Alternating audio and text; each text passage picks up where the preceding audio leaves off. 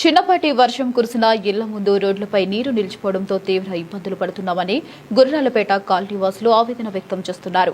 సమస్యను పలుమార్లు సంబంధిత అధికారుల దృష్టికి తీసుకువెళ్లినా పట్టించుకోవడం లేదని వారు ఆరోపిస్తున్నారు. మార్కాపురం జిల్లా కొమరోలు మండల పరిధిలోని రాజుపాలెం, పొట్టిరెడ్డిపల్లె సమీపంలో ఉన్న గుర్రాలపేట కాలనీలో 4 వీధులు ఉన్నాయి.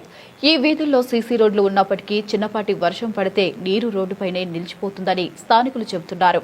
వర్షపు నీరు రోజుల తరబడి నిలిచి పాచిపడడంతో దుర్వాసన వస్తుందని, నడిచేందుకు కూడా ఇబ్బందిగా మారిందని కాలనీవాసులు తెలిపారు.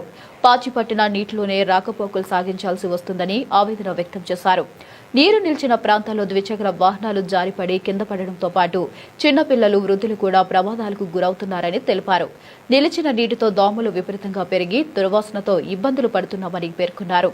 దోమలు, అపరిశుభ్ర వాతావరణం కారణంగా జ్వరాలు, ఇతర అనారోగ్య సమస్యలు ఎదురవుతున్నాయని, వైద్యం కోసం ఆసుపత్రులకు వెళ్లి వేలాది రూపాయలు ఖర్చు చేయాల్సి వస్తుందని కాలనీవాసులు ఆవేదన వ్యక్తం చేశారు. వర్షాకాలాన్ని దృష్టిలో ఉంచుకుని అధికారులు వెంటనే స్పందించి రోడ్లపై నీరు నిలవకుండా చర్యలు తీసుకోవాలని, అవసరమైన చోట డ్రైనేజీ సౌకర్యం కల్పించాలని, పారిశుద్ధ్య చర్యలు చేపట్టి బ్లీచింగ్ పౌడర్ చల్లాలని వారు కోరుతున్నారు. గుర్రాలపేట కాలనీలోని 4 వీధుల ప్రజల ఆరోగ్యాన్ని దృష్టిలో ఉంచుకుని అధికారులు తక్షణమే సమస్యను పరిష్కరించాలని కాలనీవాసులకు విజ్ఞప్తి చేశారు.